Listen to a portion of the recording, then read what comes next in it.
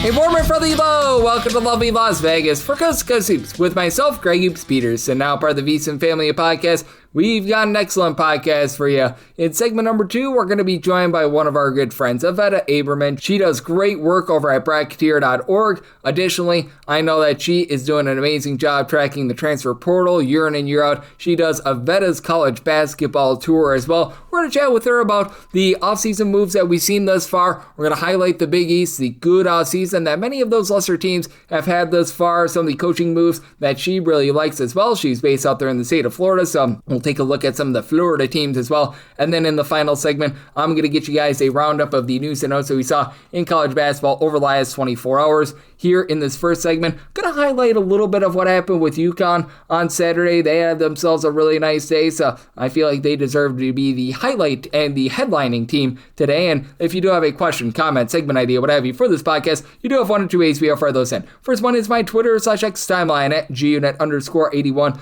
Keep in mind, large CM, they mean does not matter, so as per usual, please do send these into the timeline. And the other way is find an Apple Podcast review. If you rate this podcast 5 stars, it is very much appreciated. From there, you're able to fire in whatever you'd like to hear on this podcast via that 5-star review, and we've got over 190 days remaining in the offseason, so please do fire in those Twitter/X questions. But that said, for the Big East in general, I feel like it's been a great offseason for them, and with UConn, obviously, they went the furthest of any of the Big East teams in the NCAA tournament this past year, and really all the last few seasons here in the NCAA tournament, and the rich just got richer. I know that they were already able to bring back Silas Demery. They're now going to be bringing back Braylon Mullins, that was revealed on Saturday, and they pick up, I hope I get this correct, Nick Kamenia. He was over for Duke this last season, a former top 25 recruit, and he saw some solid minutes. He was a true freshman that was able to supply about 5.5 points, 3.5 boards, shot 34% from 3 at 6'8". I really think that he does a good job in terms of fitting the system, because obviously Alex Karaban is out of eligibility. I feel like he can sort of fill that Alex Karaban role. He's not going to have quite the experience, and I mean, I don't know if anyone's going to quite be Alex Karaban, but that said, for UConn, I think that they did a great job in terms of finding a fit with their system. Obviously, a guy that was very highly touted coming out of high school, top 25 recruit, and then bringing back Mullins, a guy that last season, he was just so instrumental towards back half of the season. For the season, 12 points per game. Shot 33.5% from three-point range. You're not necessarily eye-popping numbers or anything like that, but still, guy was able to go out there, make a really nice impact for this team. I think that he really lends a lot for this program in general. You saw him get better and better as the season went along. In conference play, he was shooting more like 37.5% from 3. Obviously, hits a big shot that sends them to the Final Four. Was great in terms of that first Final Four game. Title game was a little bit less than savory for really the entirety of UConn, but still, a guy that is going to be able to do a great job in this system, with also having Silas Demery back in the fold as well. I feel like UConn is really building themselves up for what I think is going to be another great 2026-27 season. Am I going to sit here and say that they should be the number one team in all of college basketball? No, because you're losing Terrence Reed and Alex Karaban, so that's going to be a little bit of an issue. Who knows what happens with solo ball at this point, if he's going to be declaring for the draft or not. And they do lose Eric Rebe as well, but still, they've got quite a few pieces that are going to be returning. They've got some good camaraderie. They've got one of the best coaches in all of college basketball in Dan Hurley. You have to figure that they're not done in the transfer portal as well. Really like the moves that you kind of made thus far, and they had a nice day on Saturday, and it's always a good day whenever we have our good friend Ivetta Abramyan aboard. We're going to chat with her next right here on Coast to Coast Hoops with myself, Greg Hoops and now a part of the VSiN family of podcasts.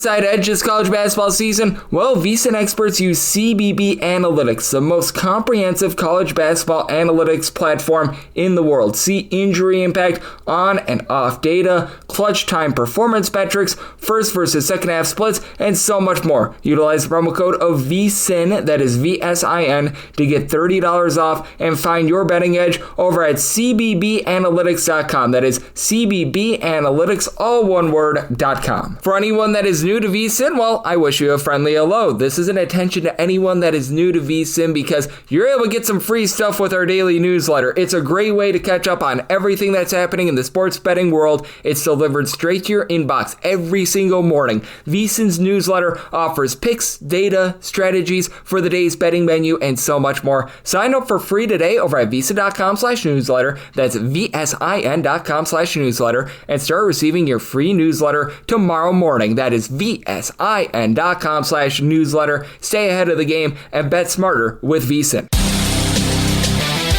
And we're back here in lovely Las Vegas for Coast to Coast Hoops with myself, Greg Peters, and now part of the VSiN family podcast. Always great to be joined by this lady, as we've got Ivetta Abramyan aboard. I know that she's doing a great job with Rocco Miller's venture of Bracketeer.org. She's based out there in the lovely state of Florida, doing a great job covering all things college basketball. I know that her, shall we say, campus/arena tour is on hold for right now because we don't have any games for the next 6 months. But when the season is in full swing, she does a great job on that front as well, taking a look at all these great teams that we're seeing in college basketball. And she does a great job about 12 months out of the year, taking a look at this great sport that we all know and love of college basketball. You're able to follow her on the old Twitter side checks at her first and last name, Ivetta Abramyan, and that last name is spelled Abramyan.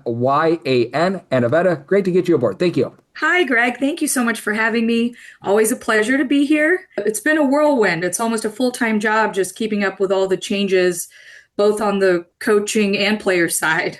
Oh, it certainly is. And just how do you try to be able to keep track of it all? Because I think if you're trying to track every single player that goes into the transfer portal, you're going to be just absolutely defeated very, very quickly by that. But that said, it is very important what we're seeing in this offseason, and we're seeing moves happening left and right here in the portal right now. It's been wild. Just the volume just increases every season. I mean, we have to do something about this, right? It's been a whirlwind. So I used to try to track it I had a spreadsheet that I used to use. And then it's just been so much that just kind of using other people's materials that they have that do a much better job of it than I do. And then I just kind of still have mine on the side. But every day I feel like I'm falling behind because every day, I get home from work and I'm like, oh man, what happened today? Yep, when you hit refresh I always utilize verbal commits because they seem to do a good job of keeping track of everyone in the portal. But whenever you hit refresh, it's like, wow, another 150 guys on top of the 2,200 that were already in there. They have joined. Oh, goody. And what I've been noticing here in the offseason, I'm not sure if you've been picking up on this as well, I really like the offseason of a lot of these Big East teams. You haven't seen like quantum coaching changes other than Providence, and I love the fact that they pick up Ryan Hodgson, but it feels like these teams are spending, these teams that have been towards the bottom, like DePaul, Xavier had a rough year last year. I feel like these teams are going in, and Marquette, ding dong, the witch is dead. They actually signed guys in the transfer portal this offseason. You're absolutely right. Yeah, and I think it's more noticeable because the Big East was down last year, and the Big East is not content with being down, and as they shouldn't be. So there's a lot of teams that have had a pretty good portal run thus far, but I think the Big East has definitely had an impressive start. Like you said, we cannot do this topic justice without mentioning Providence and all the roster moves that Brian Hodgson has already made. It is a Friartown feeding frenzy. They've got Ryan Mila returning, and then they've got high-impact proven players such as Miles Bird from SDSU, Dink Pate, Ryan Sable from Buffalo, Devin Vanterpool from FAU. They also added Yale big man Sampson. So we all know Shark Week. It's shaping up to be Shark season, November through March for the Friars. And then a fantastic reload by Patino. Xavier has already added 3 4-stars in the portal. They snagged Malik Bey from SIU, UAB guard Chance Westry, Ruben Dominguez from A&M, and True Washington from Miami. And they also have Milicevic and Pizzato are both returning. And DePaul is another one. Of course, we'll have to see how everything materializes. But the addition of Magoon Guath, who averaged 9 points, 4 rebounds, and shot 43.5% from beyond the arc. Wilson Jacques from Fresno State averages almost a double-double per game and finished number 2 in rebounding in the Mountain West. Noah Mason from ASU. They brought in Kamari Holmes from Wofford. And then Tulsa wing and terrific shooter, Papula, who shot 41% from 3. All those guys should make some waves, and all of these guys can finish at the rim. And they now have, this is wild, but DePaul now has 3 7-footers on their roster, which is just incredible. So slam dunk by Chris Holtman and his staff. Oh, I'm right there with you. Like I said, the bottom teams in the Big East, they don't want to be the bottom teams anymore. And then we saw what UConn was able to do, re-signing Braylon Mullins. They've been able to make some nice waves in the portal. So the top teams also looking to get better as well. As Ivetta Abramyan, she does such great work over at Bracketeer.org. She's joining me right here on Coast to Coast Hoops. And Ivetta, I know you were wearing your shirt all throughout March Madness of Save the Mid Majors. And Well, the mid-majors, they have been having a little bit of a difficult time here in the transfer portal, but I know that there have been a few that have been catching your eye. Is there a team or two that has been a mid-major that you've liked the moves that they've been able to make here in the transfer portal, and you feel like they're getting on track and doing a good job here in the offseason? There's been a few. High Point is the one that stands out, of course, because they have high major money. So they should be competitive once again. Flynn Clayman's been putting in work. They picked up Frank Juan Sherman from Kennesaw. They've got point guard C.J. Brown from USF, Jason Rivera Torres from Monmouth. They got Isaac Garrett from Oakland. So they have some we'll call them high level mid-major guys that were actually true mid-major players, not the high mid-majors. So they should be good again. And I really like him as a coach as well. I think that he's going to have another great season. There's been a lot of coaching moves too in the offseason. So we'll have to kind of wait and see on a lot of these teams because a lot of them are rebuilding. But another team, of course, is Queens. They're getting a lot of guys back. And of course, just feeding off of that momentum from being in the NCAA tournament. So I'm expecting good things from them as well. Absolutely. And I've noticed that Jacksonville out there in your neck of the woods, they've actually made a few nice signings as well. So they're a team that I've got my eye on as well. And you were alluding to coaching moves. We've seen a few nice ones out there in the mid-major ranks. I mentioned Brian Hodgson already as well, but what are some of the ones that really stand out to you? Because the way that I've been viewing this offseason in terms of like the signings, what have you, the Big East has really been tearing it up. But in terms of coaching moves, I feel like the Big 12 with the likes of a Randy Bennett, with the likes of a Jared Calhoun joining the mix, Casey Alexander, I felt like they really hit it out of the park in terms of the coaching cycle this offseason. I agree. And first of all, I love the recent trend of so many coaches returning to their alma maters. I feel like we're seeing that a little more recently.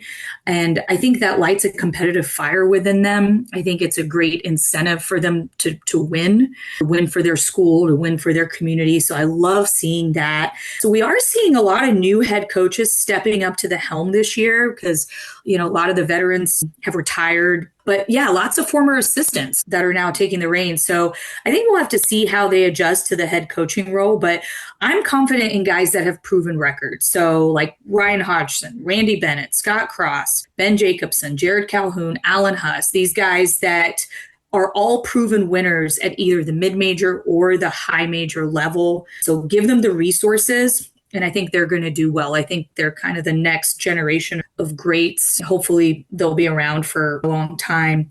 And a lot of these guys already came out guns blazing, right? They rebuilt their rosters. Huss and Hodgson are excellent examples of that, both top of the line as far as transfer portal for both Creighton and Providence. So I agree. And then you have a guy like Scott Ross who has 7 different conference titles at Troy and UTA. So I think he's going to do good things at Georgia Tech. Yep, I certainly think so as well for Scott Cross. I mean, it's still wild to think that UT Arlington fired him many, many years ago. That was one of the dumbest moves I think I've ever seen. So good to see him being able to get this opportunity. He very much deserves it. And I know that there's one move that is bigger than all the ones that we talked about. It's the most controversial one, and we'll see what this team does in the transfer portal. That'd be North Carolina and signing on Mike Malone, because obviously when North Carolina and that coaching vacancy comes open, a lot are going to make a lot of it, and that's with Mr. Malone, guy that won a title at the NBA level, has really not coached in college basketball in 2.5 decades. What do you make out of this? And the fact that even though they signed Mike Malone here in the offseason, North Carolina really has not been active in the transfer portal too much here early on.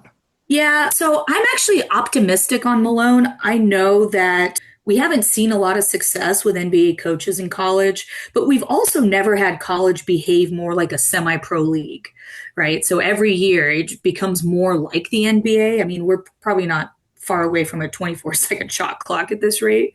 But I know some people are calling it a panic hire or a desperation hire, and we'll see how he translates to college. But I do think he's a proven winner. And another reason I'm optimistic about him is he's well connected. And I think given his resources, he should be able to do well.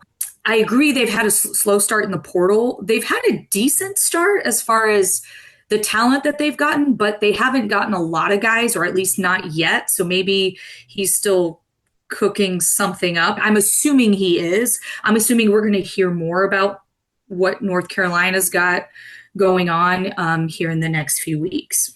Yep, I'm certainly thinking that they're going to be spending some money. You don't make a coaching hire like that to be running out there a roster of a bunch of guys where you don't know who the heck they are. So I do think that those moves, they're going to be coming sooner rather than later, but we're going to need to see what moves those are going to be. And I know that one move that you absolutely love as well that we have yet to touch upon, as we do have Ivetta Abramyan. She does such great work over at Bracketeer.org along with our good friend Rocco Miller. She's joining me right here on Coast to Coast Hoops is John Crimmins, a guy that has went a little bit under the radar. He's now going to be the head coach over at Georgia State after spent some time as an assistant at so many different places. If I'm not mistaken, actually began at the non-Division I ranks as he was a guy that was over there at Valdosta State. List goes on and on. How do you take a look at this hire? Because he's a little bit unproven with regards to being a head coach at the Division I level, but at the same time, he's worked under so many different assistants, most notably Mark Byington at a variety of different stops with him at James Madison and Vanderbilt. Yeah, I think he's a good hire. I'm actually excited to see, as he's building his staff. I think that, right, we've seen as of most recently at his track record at Vanderbilt. And I think he's got what it takes to lead a program, especially a program the size of Georgia State.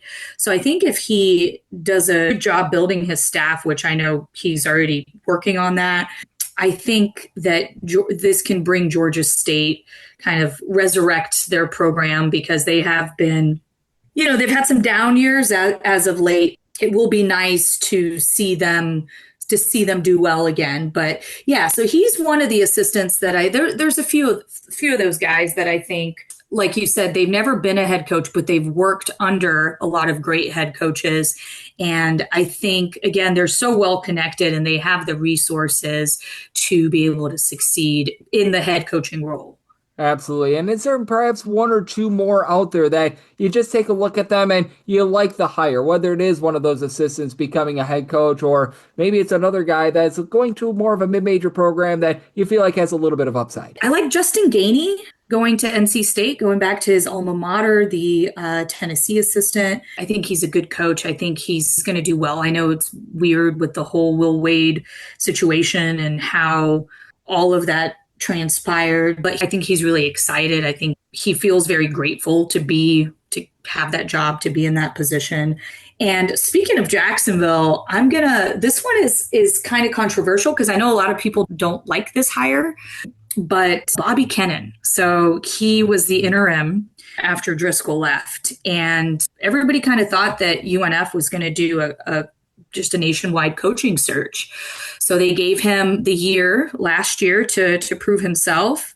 Towards the end of the season, everybody thought that job was opening up. And then the AD just kind of surprised everybody. We dropped a bomb and said that Kennan was getting the head coaching job, that they were going to keep him. And I actually think they really like him over there. He just fits the system well. So there were a lot of guys that were injured, so he didn't really have like a full roster. And then in addition to that, I know that he was basically promised more resources towards NIL. So given the resources, I think that because he's definitely had flashes of success. And I think if his roster can stay healthy and he actually now has money to build a roster, I think that he actually has the potential to do pretty well. Yep, and it's going to be interesting to see what happens in that entire Atlantic Sun in general. We've been seeing quite a few teams adding in there. I believe that West Florida is going to be adding into the mix here in the next year or two as well. So lots that is going on out there, and that's your neck of the woods, Ivetta, and I know that you're doing a great job covering that and so much more. You're doing a great job with Rocco Miller, and you're doing just a great job in general, keeping your finger on the pulse of all things college basketball. So let the good people at home know it's all on tap for you and how people can follow along on social media and other platforms. Thank you so much, Greg. I really appreciate you. You can follow me on Twitter at my name, IvettaAbramyan. I'll just be trying to keep up with the portal, keep up with the coaching moves, starting to keep up with scheduling as more scheduling news comes out for next season. So that's always exciting, especially once we get into, MTE scheduling time and, we get to figure out who's playing who. So that's going to be really exciting here as that ramps up towards the tail end of the summer. Absolutely. And Ivetta, she's doing such a great job looking at this wonderful sport of college basketball. And every single time she joins me, on such great insight. So thanks to Ivetta. Big thanks to Ivetta for joining me right here on Coast to Coast Hoops, now part of the VSiN Family Podcast. And coming next, how about if I give you a recap of the news and notes that we saw in college basketball over the last 24 hours?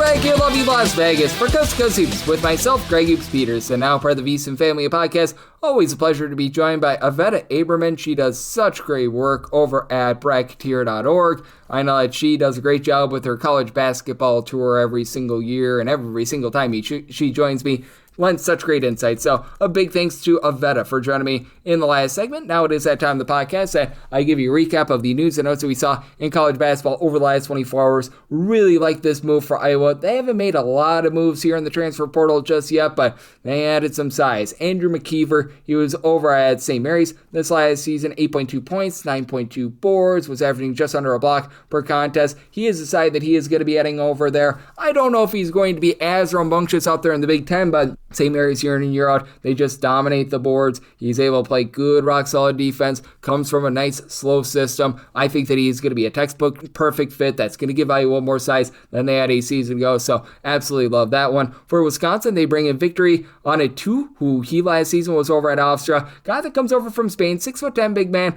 I think that this is going to be more of an ancillary piece, and Wisconsin is going to look to beef up a little bit more down low. 4.5 points, 7 boards, and a block per contest. Wisconsin also added in the transfer portal about 48 or so hours ago, Trey Autry. So they've added ancillary pieces. They don't necessarily have that big stake item coming in quite yet. So we'll see if they try to get on the board for something a little bit bigger. Like the 2 pickups that they've had, these are 2 guys that can come in off the bench, give you a little bit of something. But I do think that Wisconsin probably going to need to get a little bit more of a score here. Micah Davis, he was over at IU Indy this last season. He's going to be going to Winthrop, guy that very much knows about an up-tempo system. 9.5 points, 3 assists per contest, was able to lend a little bit over a steal per game, and that's one thing that was lacking with Winthrop. They didn't generate a ton of turnovers, and for Davis, he was part of a whole is greater than some of its parts approach, began his career at Eastern Kentucky, so he's clearly going to be able to run. This is probably not a guy that's going to be taking like Winthrop to the promised land or anything like that. If you're hoping that he's going to be able to do that, then you're probably bucking up the wrong tree there, but if you're hoping that he can give you a little bit of an option off the bench, be able to lend a little bit of versatility in general, I do fully think that he's going to be able to do that, so I thought that that was pretty solid in terms of their pickup there.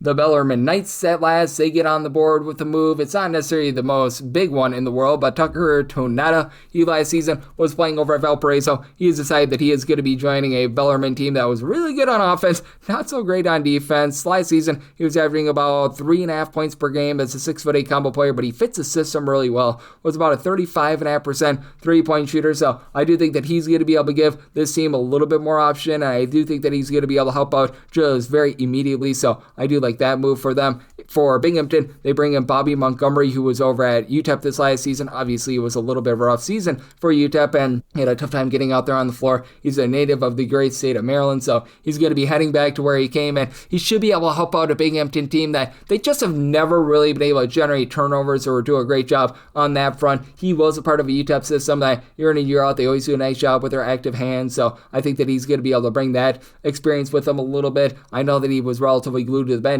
this past season, but I do like this pickup for them, and it does feel like it's a step in the right direction for them. And Weber State has been really adding some guys here over the last week or so, and the latest of them, Dylan Warlick, he was over at St. Louis this last season. They have been mostly adding ancillary guys, like Sir Marius Jones was over at New Mexico, really didn't see a lot of playing time there. Mason Abeaton, he was over at UNLV, again, really didn't see a lot of playing time there. Warlick, he was another guy that just really couldn't get out there on the floor the last few seasons over at St. Louis. 2 years ago, was averaging 2.5 points, did shoot 38.5% from 3 as a 6'5" combo player, was redshirting this last season, but they're taking stabs on guys that they think have a little bit of upside, probably a little bit, shall we say, cheaper in terms of NIL, so we will see if that's going to be able to pay off for them, but certainly they've been making some moves. Washington State has been as well. They bring in the likes of Frazier Knight at the Roxborough 2 years ago, was a really nice three-point shooter. Ronnie Harrison, the top scorer over at East Texas. Now they bring in Jalen Harrell, who he was only able to get out there on the floor for about 6 games for Providence, dealt with injury 3, but he's a 6'5", little bit of a combo player, shot only about 27.5% from 3, but again, very small sample size. I know that he was a pretty touted recruit, and I do think that he's going to be able to fit this Washington State system, so I do think that that's a relatively solid pickup for them, and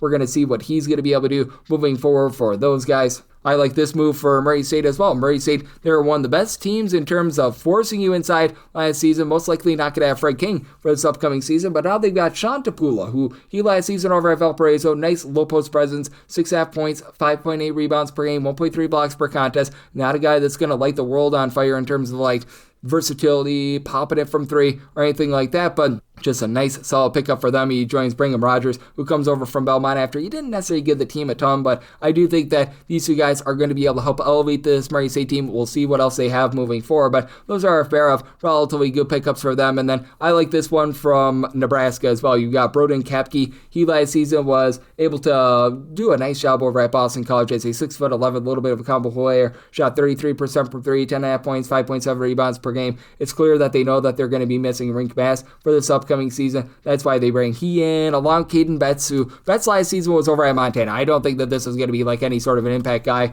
or anything like that. Last season at Montana, he averaged 3 points per game. He did begin his career over at Minnesota, but again, not a guy that I think is going to be amazing. Did shoot as a career 38.5% three-point shooter, but when you're struggling to get out there from Montana and Minnesota, I don't know if that's going to be a big impact, but Trayvon Leonard, 6'4" combo player, comes in. They bring in Sam Orme, a nice versatile piece from Belmont, so I do like what they've been able to put together there. And for NC State, they haven't necessarily put together a ton, and I do have my question marks with NC State in terms of just the overall program, because you lose Will Wade in the offseason, and you hire on a guy in Justin Gainey, who, he's a former NC State Wolfpack player, but a guy that had never really been a head coach at the Division I level. But now they bring in Preston Eben, who was really good out there in the Coast Conference this last season, 16 points, 4.5 assists, shot 38.7% from three-point range, and well, he's not really proven at the higher level, but he was a really nice number 2 scorer for Cruz Davis. I think that he can come in, be a nice ancillary piece right away for NC State. They're obviously going to need to add a lot more in the transfer portal as they lose pretty much the entire roster from the season ago, but that said, these are some good starting spots for them, so I like what they're bringing to the table. For New Mexico State, they're not on the board. They pick up Gabe Warren, who was over at Holy Cross this last season. Don't know if he's going to be the world's greatest fit, because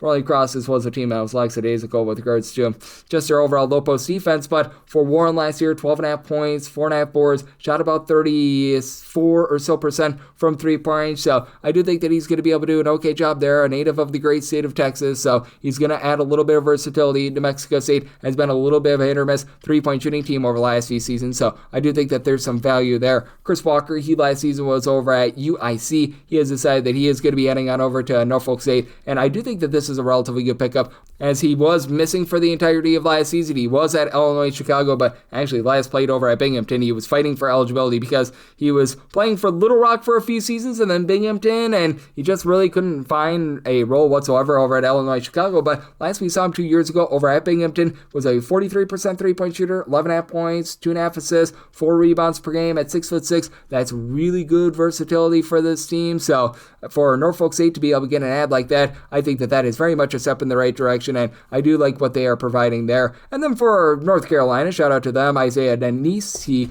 was with the team last year. He's going to be staying with the team, so Mike Malone, he's trying to be able to retain a few of his guys. He's been able to do so thus far, so we'll see if he's going to be able to continue to do so moving forward. And then Demarion Yates, he last season was over at Alabama State. He is now going to be heading on over to North Alabama, and for North Alabama, it was just all sorts of rough for them last season, but that said, I do think that there's some upside with this pickup, as he was able to average last year about 7 points per contest, or in there 4 boards. He's not going to be any sort of like a game breaker or anything like that, but did shoot about 34.5% from three-point range. When North Alabama is really running well, they've got guys with good versatility in terms of their overall defense, and I think that he's certainly going to be able to bring that to the table, so I thought that that was a relatively good on them pickup. And then you've got Jack Robinson. He was last season over at Wisconsin, really didn't see any sort of playing time whatsoever, but he's heading on over to North Dakota State. We have seen a lot of former Wisconsinites head on over to the Dakotas. He was a relative walk-on when he was coming over from the great state of Minnesota, a career 83% three-point shooter,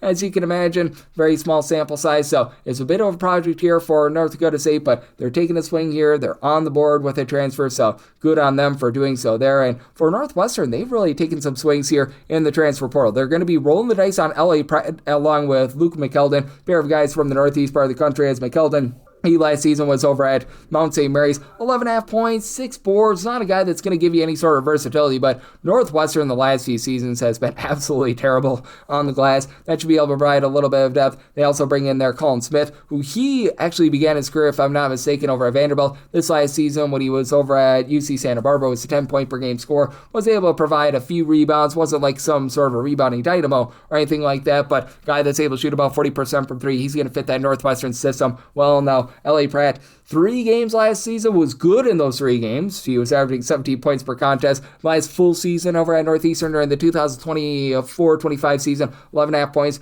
about 2.5 assists per contest, shot only about 29% from 3 points. Leaves something to be desired there, but Northwestern, they're a team that they are going to be looking to pop it and lock it from 3-point range, but they really try to be able to value the ball, win the turnover battle. I think that he's going to be able to help out on that front some. I do applaud that move. Jimmy Williams, he last season was over at Duquesne, and he is going to be heading on over to The Ohio State University. And with Jimmy Williams, he was able to put together a relatively nice year this last season, as he supplied about 15 points, 4.5 boards from 3-point, shot about 34% from 3 as a 6'5", a little bit of a do-it-all guy. I think that he's going to be a relatively good fit here with Ohio State. And then out there in the great state of Ohio, how about Notre Dame adding Ethan Roberts? He was one of the main men for Penn last season, began his career over at Army.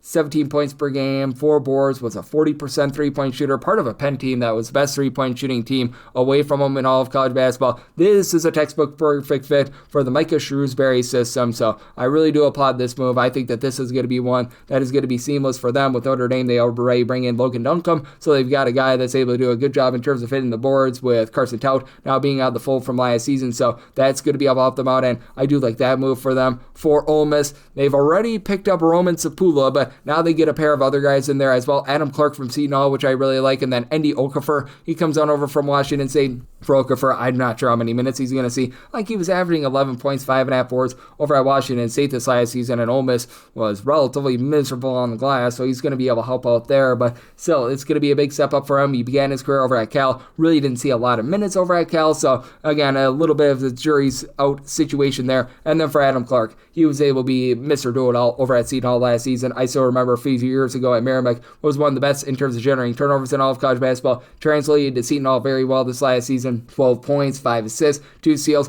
Not a guy that's going to bomb it from 3. So Ole Miss, they are currently looking for some 3-point shooting to go along with it. But Adam Clark, good, hard-nosed, rock-solid defender. He's going to be able to go in the right way. He's going to be able to make an impact. So I do like this move for them. And I love this move for Oregon. Jasper Johnson, how about him being a former top 30 recruit? Really didn't see the minutes that he was desiring over at Kentucky. He has decided that he is going to be going to Oregon. This is a sort of, shall we say, dynamic player that they're looking for. In the minutes that he saw this last season, 5-point shot, 34% from 3 at 6'5". He could be a nice game breaker. He could be a nice go-to scorer, take the load off of some of these guys. They already added in there Tyrone Riley and Andrew Meadow from the West Coast, Farrell Compton as well. So they've got ancillary pieces. I think that Jasper Johnson can be that go-to scorer. So we'll see what else they're going to be able to add, but I would say that they did a very solid job there. And then Blake Smith, he was redshirting this last season, began his career over at Northwestern. Guy that really didn't see a lot of minutes, but he's decided that he is going to be going to Oral Roberts. Guy that at 6'6" is able to give you a little bit of versatility in terms of 3-point shooting. I think that that is going to be very helpful for a Oral Roberts team that just wasn't able to really find their footing this past season, but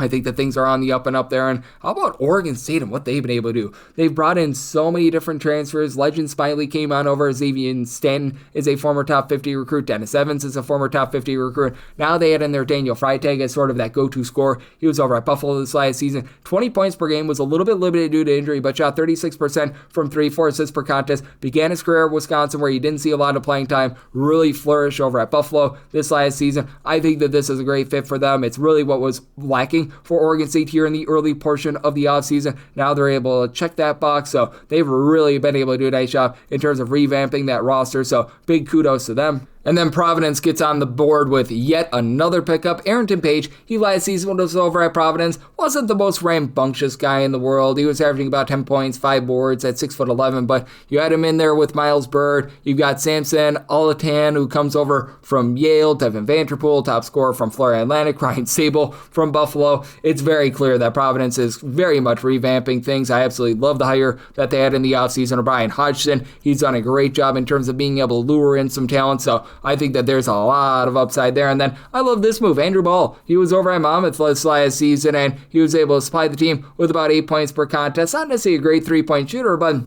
guy with relatively active hands, does a very good job with his versatility at 6'8". He's able to stretch the floor a little bit. He's decided that he's going to be going on over to Richmond, who they've already brought in Jamie Kaiser, rock solid scorer from Butler and Maryland. Amon Doris, who's averaging 16 plus points per game over at Bucknell. So I do think that they're doing a solid job being able to put together a nice off season. Certainly they're going to need to do a little bit better job on the glass. I think that they've taken steps in terms of being able to do so. So that's a nice pickup there. And then Christian Gurdrak, hopefully I got that correct. He was a solid player last year over at Virginia Tech. He was averaging about 5.5 points, 4.5 rebounds per game, and he has decided that he is going to be inking on up with Rutgers. Rutgers, when they've been at their best, when they've been strong, they've been really good on the defensive side of things. They've been able to hit the boards well. They were unable to do that last season, so I do think that this is a pickup that is necessary for them. I feel like they're getting back to their roots. 6'10" big man, that's going to be able to help them out. And then how about this one for Wisconsin? This one just literally happened as I'm doing this podcast. Ian Elmore, he was playing over at Miami of Ohio last year. I was wondering where the scoring was going to be coming from for Wisconsin. Shot 42.9% from three-point range, 12.5 points, 6 boards. That's a good pickup right there at 6'6". That's what Wisconsin needed. So quite literally, as I'm doing this podcast, that shows you just how active the transfer portal is. That one rolled in, so absolutely love the pickup for them. This is one that just recently happened as well. Luke Fennell, he was over at Syracuse this last season. He has decided that he is going to be heading on over to St. Mary's for Fennell. Not a guy that really saw a lot of minutes, was only averaging about a point per contest, but keep in mind, St. Mary's always has that international pipeline. Guy from Australia at 6'6". I think that he's going to be able to lend some versatility. I can't say that I'm super familiar with his game. That said, I do have faith in St. Mary's, even with the coaching move that we saw in the offseason. I do think that McConnell and company going to be able to keep things relatively the way that they were under Randy Bennett, and this is a good step in terms of being able to do so. So I do like the fact that they are staying true to themselves, and we'll see what he's going to be able to provide this team. Southern Indiana is now on the board with a pair of pickups as well. Donovan Hunter is going to be coming over from Bellarmine, and L.A. Hayes, no, not Los Angeles, he's going to be heading on over from UTEP. With Hayes last season, averaged about 4 points per game. It's not necessarily been like a lightning rod of a three-point shooter or anything like that, but is a part of a system that always had very active hands. He was able to generate about a steal per contest.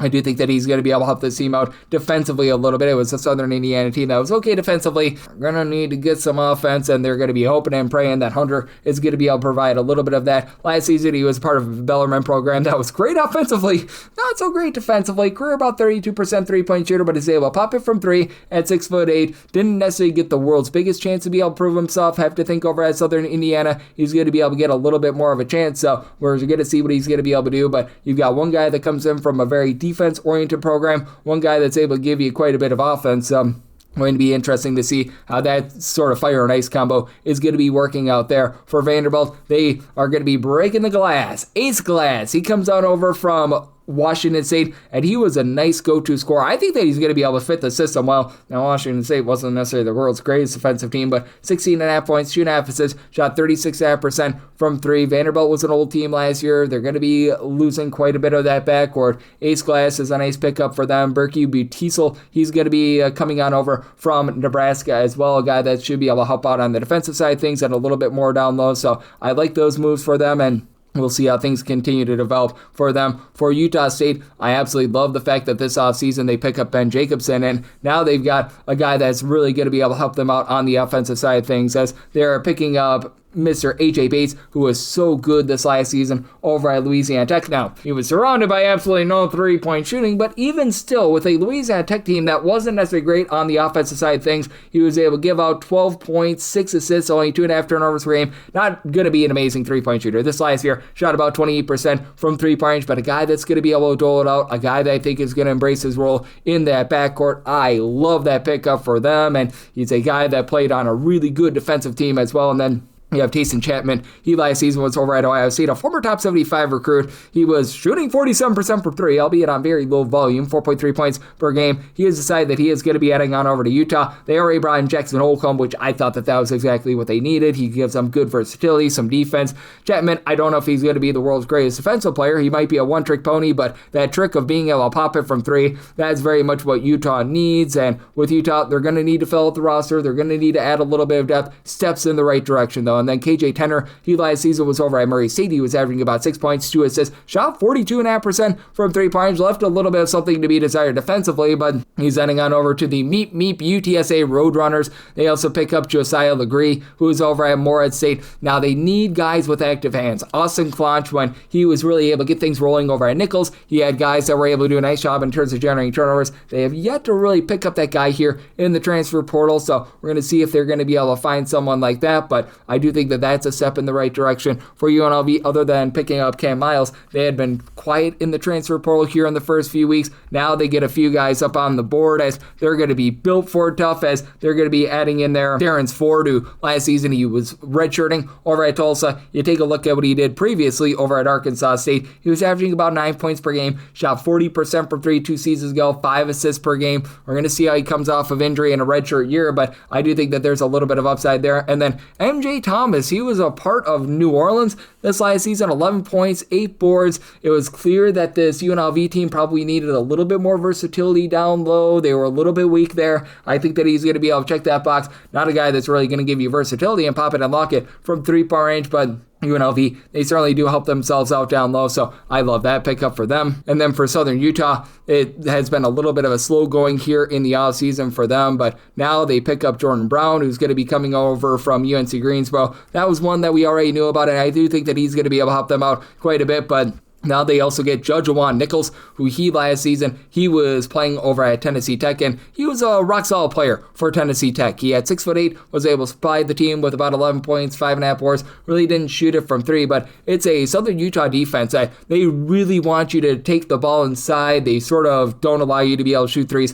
whatsoever. They've been very weak in the post over the last few seasons. This should be able to help out quite a bit with that, be able to make this team a little bit more, shall we say, fortified down low. So this is a move that I think is very good for them, and I think that that's going to be able to help them out by moving forward. And then you've got Michelangelo Aberte. He was over at Penn this last season. He has decided that he's going to be going to another smart kid school. Shock, shock, surprise, surprise. He heads on over to Boston U. Not a guy that's out a lot of minutes. At 6'10", average about 2 points, 1.5 rebounds per game, but we've seen Boston U work their magic with some bigger men, and last year they were a really good three-point shooting team. They didn't have as much down low this last year, though, so we're going to see if they're going to be able to step it up a little bit more on that front. This is a good step in terms of being able to do so, so I like this pickup for them. And then with Buffalo, I like this one as well. Drew Steffe, he last season was playing over at Southern Illinois. It was a Southern Illinois team that did not shoot it well from three. At 6'5", he only shot about 30% from three, and Buffalo last season, they were a nice explosive offense, but he's used to playing a high-octane style. He's able to do a little bit of everything, 10 points, 3 boards, 2.5 assists, with being surrounded by better shooters, and they've already got J.J. Frakes, who's coming on over from Oregon. I do think that there's quite a bit of upside here. He's going to be able to help this team out a little bit more on the defensive end as well, so I like this for Buffalo in terms of being able to elevate them. Anthony Moore, he's going to be looking to give you more. Last season, he was a redshirt over at Weber State, and he's heading on over to Cal Poly. We've seen Cal Poly do a really good job in terms of working their magic. I'm sure that they were recruiting him out of high school. He was a native of the great state of California from Stockton, so this is a guy that I think is going to be able to fit the system at 6'5". Just reading up on him, seems like he's a pretty solid three-point shooter, and for Cal Poly, this is a team that they absolutely love to be able to hoist away from three-point range. I think that he's going to be a good fit with that system, so I do applaud that one. And then for Cleveland State, they've been hitting the transfer portal relatively hard as well, and they picked up a pair of guys on Saturday. Rayvon Griffith, who was over at Kent State, he also joins DeAndre Jones, who's going to be coming on over from Kent State as well. That was already known. And then you've got Owen Bronson Jr. Bronson Jr. was playing for a South Carolina State team that, let's call it what it is, not necessarily the most prestigious program in the world, but he was for them able to give out about 10.5 points, shot 36% from three. Now, It was a team that just really didn't do a great job in terms of taking care of the ball. He was an off-the-ball player, and for South Carolina State, they were an okay defensive team in terms of generating turnovers. Didn't necessarily do a great job in terms of their low post play, so they're going to need a little bit more there. They have yet to really add a lot of size. And then for Griffith, I do think that there's quite a bit of upside with him. A former top 150 recruit, began his career over at Cincinnati. Didn't see a lot of minutes there at Kent State this last season. Was able to put in there about 4 points, 3 boards, only about a 29% three-point shooter, so not going to be rambunctious there, but for a team that is going to need a little bit more defense in general, I think that he's going to be able to check that box for them, and I do think that this is going to be a solid pickup, so do like the moves that they're making out there. And now you've got a 7-footer that's heading on over to Denver as well. Denver, not necessarily known for their size, but Babakir Mengu, hopefully I got that correct, he was playing over at UMKC, the Kangaroos, and he was heading on over to a Denver team that they were just absolutely awful down low this last year. He's a project player. He was over at UTEP, didn't see a lot of minutes there for UMKC, 1.5 points, 1.5 rebounds per game. Denver, really nice offensive team, shot it really well from three-point range this last season. With regards to the defense, there was none whatsoever, but I do think that he's going to be able to come in and he's going to be able to help them out right away. And I love this pickup as well. East Carolina last few seasons has been absolutely awful with regards to their three-point shooting. Now they pick up Bryson Blaine, who tore it up over at Charleston Southern this last year. 17 points, 7 boards, 3 assists, shot about 34.5% from 3. They're still going to need to add much more three-point shooting, but a step in the right direction, a guy that's able to really stuff the stat sheet at a lower level at 6'5", a guy that was sort of regional out there in the great state of South Carolina, so I like that pickup for them. And then you've got Jacksonville Ford Tough. He was playing over at Sam I Am Houston State this last season, and he's decided that he's going to be going to East Texas A&M. For East Texas A&M, I think that they're getting a good one, 3.5 points, 3 rebounds per game. East Texas A&M has just been getting absolutely blasted down low, and at 6'7", it's not like he's got absolutely humongous size or anything like that, but I do think that he's going to be able to make a little bit of an impact down low. I think that he's going to be able to really elevate this team with regards to their overall offensive game as well, so I think that that's a pretty solid pickup for them. With Grand Canyon, they've been making a lot of moves, bringing in Omaha Bailu, they were bringing in Blake Barkley, Dylan Darling. Now they add in their Tyler Bennard, and I feel like this is just a good glue guy sort of pickup for Bennard. He's actually a guy that spent some time in the military, so he's like 25, 26 years old. This last year over at Tulsa wasn't the most rambunctious scorer, but did a nice job in terms of the defensive side of things and his versatility. 6.5 points, 5 boards, pair of assists per contest. He was a starter that just really help the others be able to sparkle and shine. And I do love this sort of pickup for them because it's very much showing that they're not just looking for these big guys, the big sort of stake pieces or anything like that. They're looking for the ancillary guys. They're looking to be able to build a little bit of depth. I think that they do a really good job with this pickup, so I absolutely love this. And how about Minnesota getting in on the transfer portal? They already picked up Winters Grady along Nolan Groves, and for Groves, he comes over after he just didn't do a lot over at Texas Tech, and Grady, he's a 6'7", little bit of a combo player. We're going to see what he's going to be able to provide, but now they add in there another guy from Michigan, so they're adding 2 guys from that Michigan title team, albeit these are not the guys that we're seeing a whole bunch of minutes from that title team, but still, you're going to be adding in there an international man of mystery, Malik Cordell. He was averaging about a rebound and a half per contest, a little bit of a project player, 6'2", 275, not a guy that's going to light you up from three-point range or anything like that, but has some experience playing a little bit more at the international/professional level. And then Kyan Evans, he was a really good facilitator over at Colorado State 2 seasons ago, so he is reunited with his coach in Nico Medved, and when he last played for Medved 2 seasons ago, 10.5 points, 3 assists, shot 44% from 3. It was clear that I didn't think that he was going to make the biggest impact on the North Carolina roster, but being in the North Carolina system for a year, being a part-time starter, giving out about 2.5 assists per game, really deferring to a lot of guys, I think prepares him very well for this role. I don't think that he's going to be like the go-to scorer here for Minnesota or anything like that, but I mean, if he can be a guy that just rolls it out, if they're able to provide a little bit more shooting around him, I think that he can be very, very successful. He's already had success in this system in general, so I really love what they're providing there, and I do think that this is going to be a good ad for them. Maben Jabril, he was playing over at Queens NC this last season. He's decided that he is going to be going to Maryland. Now, I don't think that this is going to be the move that sends Maryland to the promised land. He was averaging about 7.5 points per game, did shoot 43% from 3 at 6'9", and Perhaps they can find him a little bit of a role as an ancillary guy, but still, Maryland has had a nice offseason, picking up Tomislav Buchin, double-double machine from New Mexico, Bishop Oswell from Tennessee. They retain Rakeem Passamore, and they pick up DJ Wagner on Saturday as well. That's the big stake piece for the team with Wagner. He was playing under John Calipari, both at Kentucky and Arkansas, a former top 15 recruit. It's fair to say he hasn't necessarily lived up to his billing. He was passed up by Darius Acuff this last season, but 2 years ago, when he was a full-time starter at Arkansas, 11 points, 3.5 assists, has never really been a great three-point shooter. Career about 31.5% three-point shooter, but I think that he can do a nice job being a nice facilitator for this team, and I do applaud the fact that they're going out there and they're making some moves. And how about this move? Zion Sensley, he was over at UC Santa Barbara this last season, and he's going to be staying within the state. He is heading on over to Loyola Marymount. For Marymount, I think that they're getting a good one here. 10.5 points, right around about 7.5 boards. At 6'8", shot 36% from three-point range for Loyola Marymount. It was clear that their perimeter offense was just not really there. They were pretty strong in the post, but still they needed to be able to add a guy that could play sort of in and out. They didn't necessarily have a lot of versatility this last season. This is going to be a good way of being able to check that box, so I like what they're providing there. And for Louisiana Monroe, they pick up a pair of guys from UAB. Now, these were not necessarily the most, shall we say, rambunctious guys in the world, but Karan McPherson, he's got a lot of experience. And then you've got Dejuan Anderson. So these two guys, they both come over. For Anderson, this last season was averaging about 5.5 points per game. Now, UAB was not a great three-point shooting team, and he shot like 25% from three-point range, but still, he's going to be able to help this team out. And for UAB, they were really good in terms of taking care of the ball. They were a pretty okay defensive team. I'm not going to call them amazing or anything like that, but they're able to check that box. And then got a guy in Karan McPherson who began his career over at Northern Illinois 2 years ago over at Northern Illinois, 12-point per game scorer, shot 39% from three. Just didn't see a big role on UAB last year. 4.5 points at three-point shooting, went down to 30%, but I think that there's upside with regards to that overall three-point shooting for Louisiana Monroe. They're really looking to turn over a new leaf after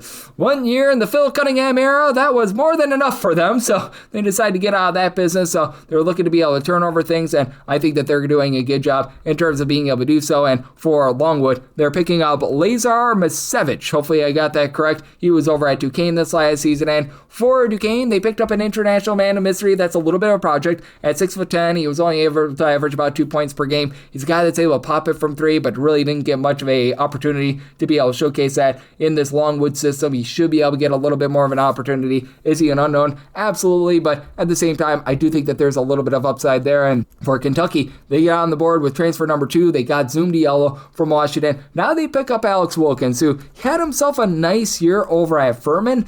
I wonder how that leap is going to go. He's not necessarily the most efficient guy in the world, but he was a guy that got better and better as the season went along, and he was a true freshman last year as well. So there's quite a bit of a ceiling here. 18 points, 4.7 assists per game. He was a part of an offense that was really good in terms of their 2-point shooting percentages, but he also did have 3.8 turnovers per game. And if he's going to be your main facilitator at Kentucky, yeah, I'm not sure how to feel about that. So Kentucky, they're still going to need to sign guys. Last year, they spent the most money of any school in college basketball, and obviously, they've got some really nice freshmen coming in, but still going to need to see a little bit more there. And we're starting to see more out of these guys. For Long Island, they already bring in Vashawn Elouette, who 2 seasons ago, he was making stars over at TCU. Now they pick up Josh Pickett. He was over at Presbyterian this last year, shot about 35% from 3, 6 points, 2.5 assists per game, played a slow and controlled style over there. And then when he began his career over at Denver, played a little bit more of an up-tempo style, so he's seen a little bit of everything. I do like this pickup for them because